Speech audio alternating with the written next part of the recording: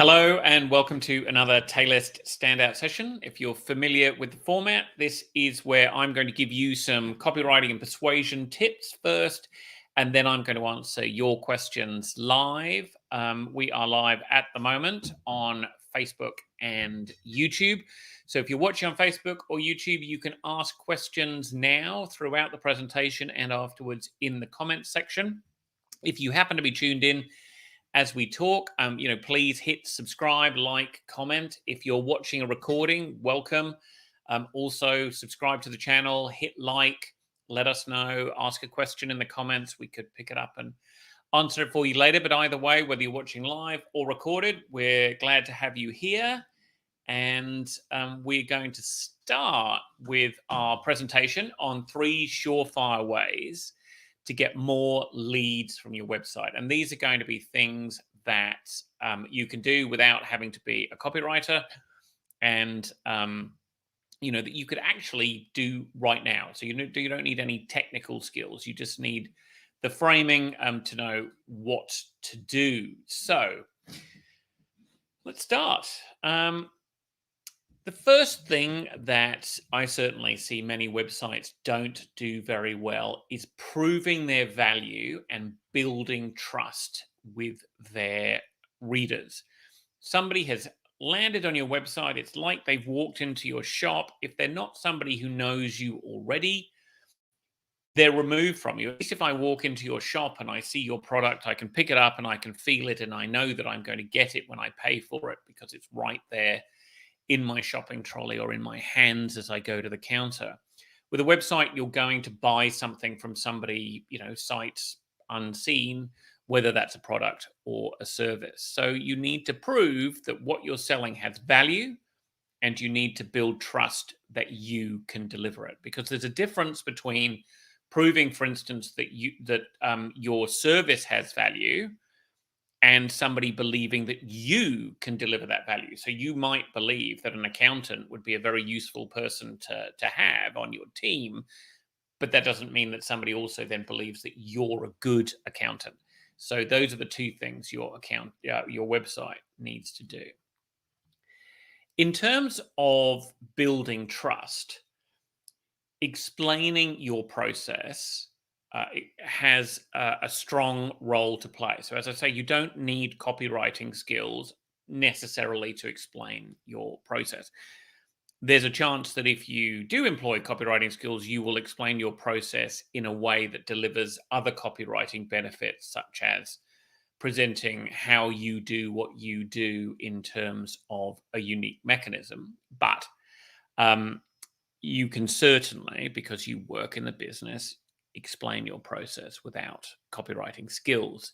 This is an example from a company called Geek HQ, which is one of our clients. And they needed people to understand how they worked, and they worked differently. And part of how they worked differently was they wanted payment in advance. So to have them as your computer repair people, you needed to buy credits.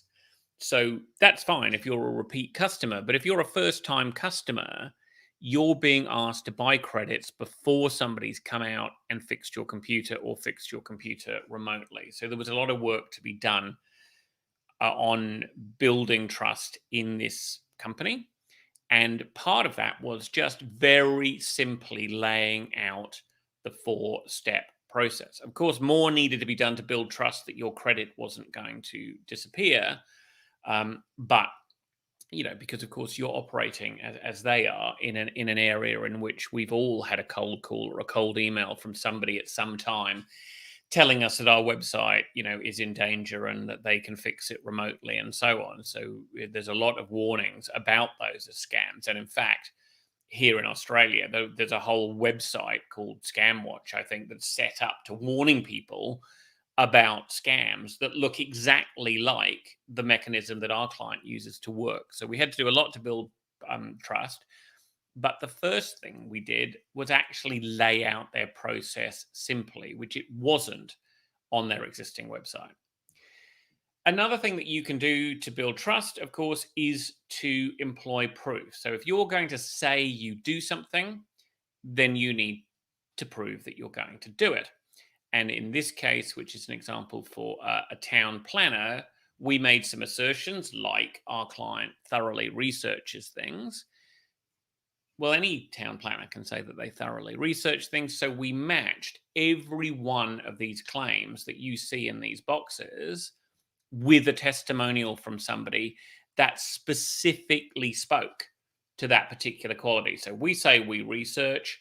This quotation says they do all their due diligence, i.e., they've done their research and they're the perfect town planners to work with. So we don't use research in both of these things, but they are saying the same thing. So that is how we, build that level of trust. So no spin. We understand your development's got business objectives, so we give straightforward, accurate advice about what's possible. Most consultants will tell you that they give straightforward, accurate advice about what's possible. So we go down to somebody who's actually a developer, so they are the target market. Somebody who's reading this website will recognize that Kerry Lowe is somebody like them and therefore has credibility because we all favor information from people who are like us. It's a human trait. So Nick has entrepreneurial flair, so she sees the project in a business light. She arrives with all the answers prepared. These things aren't necessarily sitting right next to each other, but over the course of reading this website, the reader might not completely understand why they've come to trust that Planet can deliver what it promises, but they will get to the end of the website believing that Planet will deliver. Next tip, establish your point of difference. People are probably going to be looking at alternatives. Now, sometimes that alternative will be your competitor. Sometimes that alternative will be something that somebody can do instead. So you might not consider a hotel up the coast to be a competitor to a hotel in Fiji. But if I'm going to consider those two things to be competition, then they are competition. So that's the kind of thing that you have to do, is think about what is the competition for what you offer? What are the other things that your reader is considering? And then establish your difference from that thing. So it might not be a traditional competitor. It might be something different. An example of somebody failing to build a point of difference with a traditional competitor is this example of an accountant's website. And as usual, I blurred the name of the accountant or covered it in red because it's not my intention to criticize anybody specifically. I want to raise some general points. And here the general point is this is a firm of accountants who say here they offer trustworthy advice, expert knowledge, and real-world experience. There isn't a firm of accountants in the universe that would tell you that they don't offer trustworthy advice. No firm of accountants would say to you, we offer advice, but it is not trustworthy. We have knowledge, but it is not expert knowledge. And we have experience, but it's only theoretical experience, not real-world experience. So this is the exact opposite of a point of difference. This firm of accountants has put up its hand and said, we are identical to everybody else in the market and every other firm that you've heard of. Again, if you were to go and read further on in this website under the section on taxation law, understanding the law means we advise you on structuring transactions to maximize your returns, minimize your tax, and help keep your financial affairs in order. And so says every other firm of accountants in the world. You have to think about what it is that you can own that makes you different. And that, for instance, I mean, we've got a very inexpensive course on the Taylor's website on making your business irresistible. And that course, which is a short, practical course, is entirely about how do you make your business stand out as different. And you can find that course if you go to taylist.agency/online-training. You can find that. You can find that course. It's up on the screen there now. taylist.agency/online-training, or just go to taylist.agency, and in the services menu you'll find our online training courses.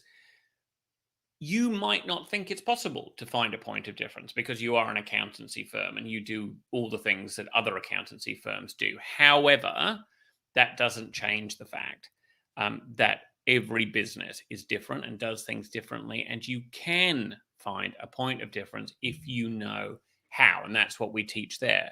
I'm going to give you an example of this done well. This is a website that we wrote. So, of course, it's done well. First things first, I wanted to show you the homepage, which doesn't particularly go to the point that I'm making about establishing difference, but you can see that this homepage goes to what the client actually wants. And it does slightly touch on a point of difference because this is the website for a boat syndicate company. And what a boat syndicate company does is gathers a group of people together to buy a boat as a collective. The argument is no boat owner is going to be on their boat 365 days a year. However, if you own a boat and you own it by yourself, you are paying for its mooring, its upkeep, the whole thing. So you're paying the full amount. And that means if you only go on it 4 weekends a year or 10 weekends a year or whatever it might be, that's a very expensive proposition. However, if you enter a syndicate, you can enjoy all the benefits of boat ownership. You can go out on a boat just as much as you were ever going to go out on a boat, but you're only paying a fraction of the cost of the upkeep of the boat. So the homepage goes to what is it you really want? Well, what you really want is not to own 100% of a boat because it's not where you're going to live and you're not going to be on it 365 days a year. So the headline there is the kind of waterside lifestyle usually reserved for movie stars. That is what the ideal customer for this business wants. They want the lifestyle of boat ownership and as little of the hassle as possible. But part of the competition would be owning your own boat. That would be something that many of these people would be thinking about. So we have a whole section explaining how boat shares work, and then an entire page on why it's better to own a boat share than the whole boat.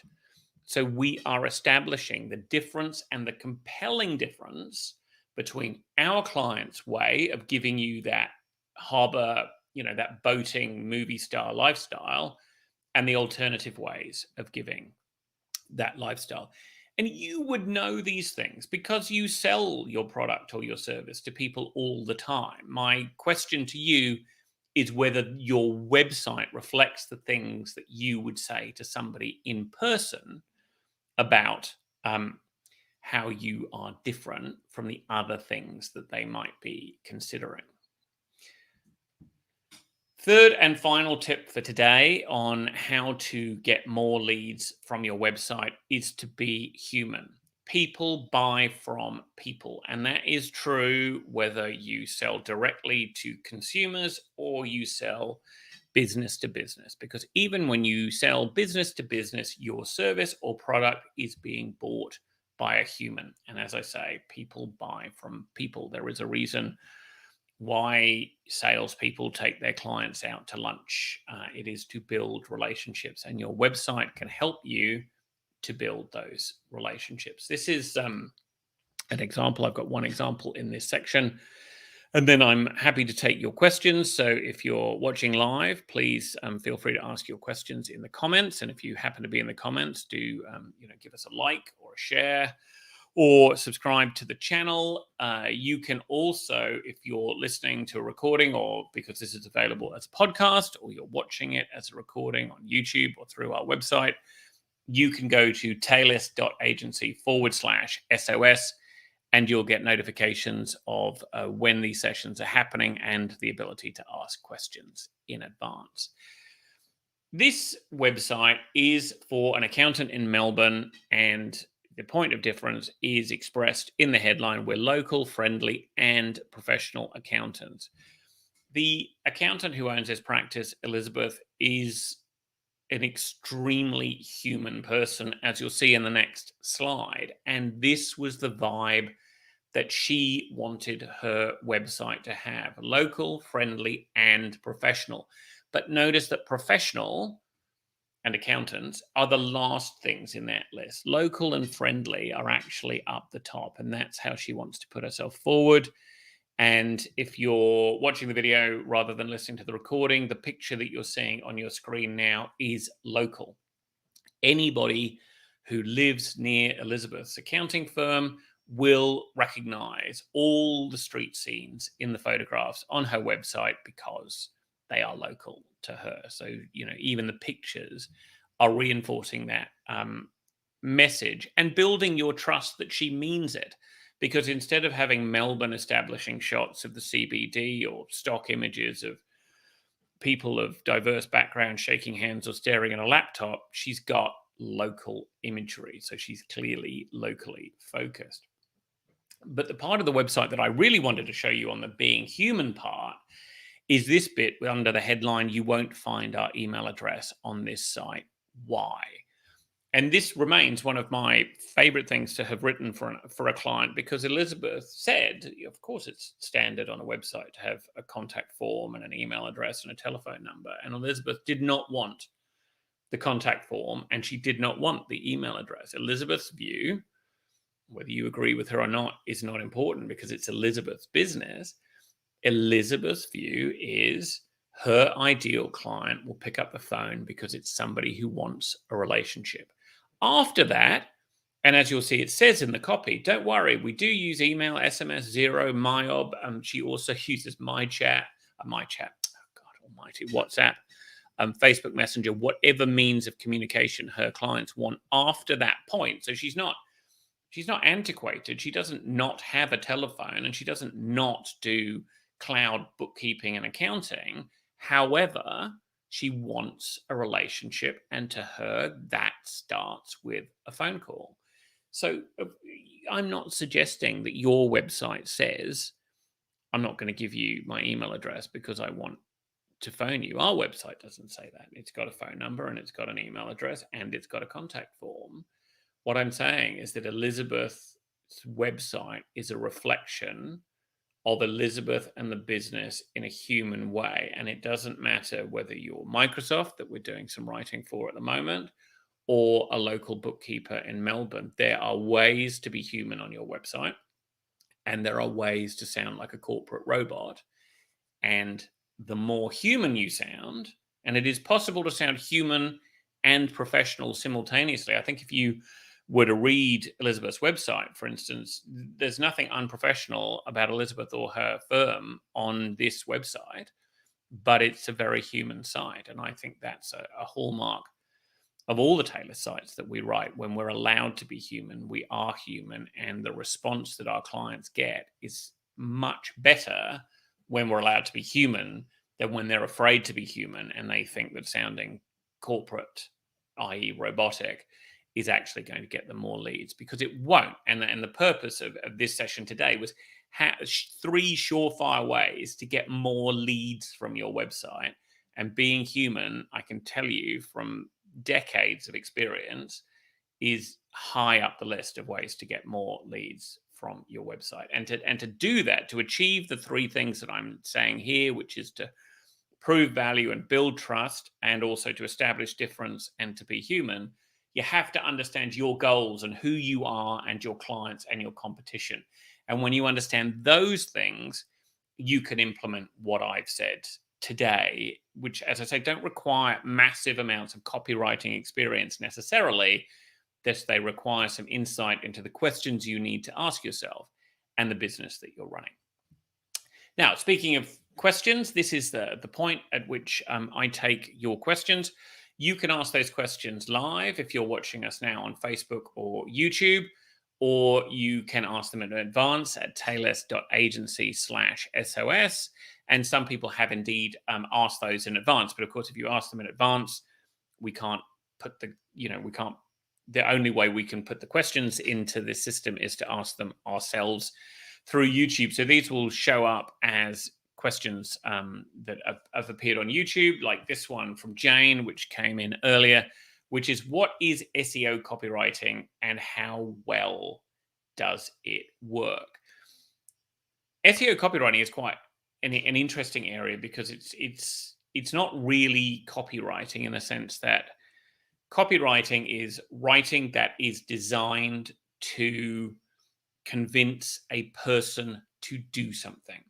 So you run an ad on Facebook that says, I've got an amazing PDF download.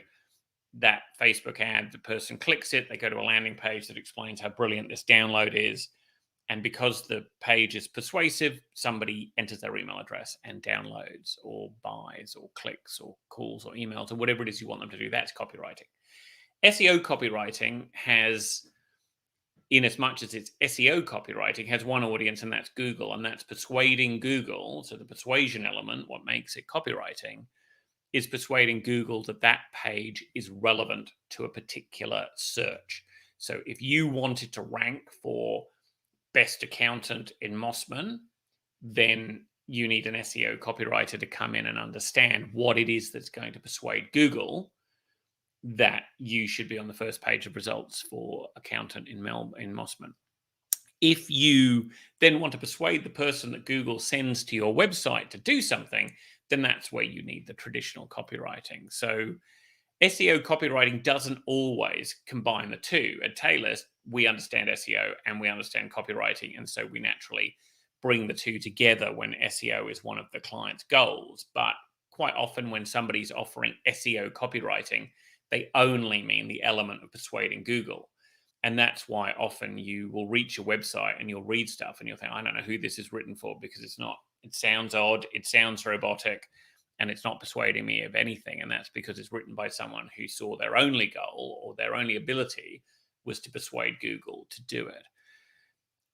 In terms of how well SEO copywriting works, I saw actually a survey of SEO professionals yesterday, and the results of which were they put in content as, I think it was in the top two, if not the top two, the top three things that are important in getting Google to rank you. The content of the page is critical, because ultimately Google's job is to send a searcher to the best answer to their question.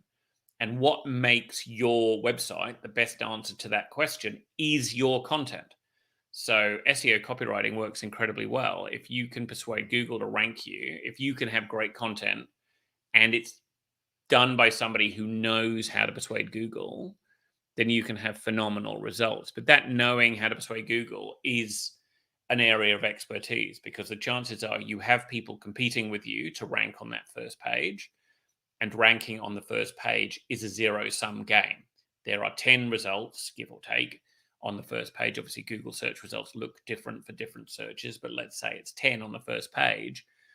If you're going to get on the first page and you're not there already, somebody else has to leave the first page to make room for you. It's a top 10. And for somebody to enter, somebody has to leave. So people are competing to be in there and they're working hard on it. So you have to understand how Google thinks, what Google's looking for. There are lots of tools that you can have to help you with that. And really, the harder the keyword that you want to rank for, like if you wanted to rank for accountant Sydney, for instance, the more tools and the more expertise you're going to have to put into that. But doing it well can be incredibly fruitful. So SEO copywriting is the art of persuading Google that your webpage is the right answer to a question.